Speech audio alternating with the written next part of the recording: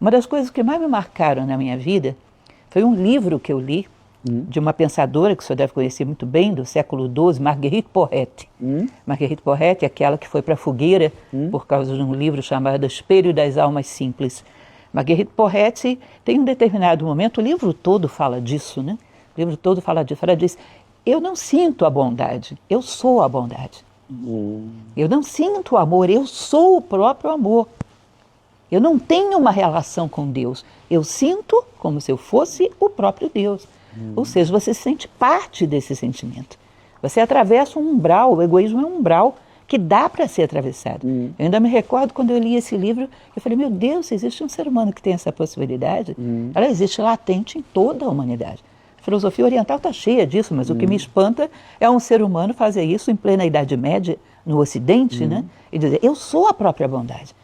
Eu não sou um ser humano que tem a bondade, eu sou a própria bondade. E ver o mundo sob essa perspectiva, imaginar essa possibilidade como algo real, para mim é uma das coisas mais gloriosas que eu gostaria que o ser humano acreditasse, que nós temos essa possibilidade dentro de nós.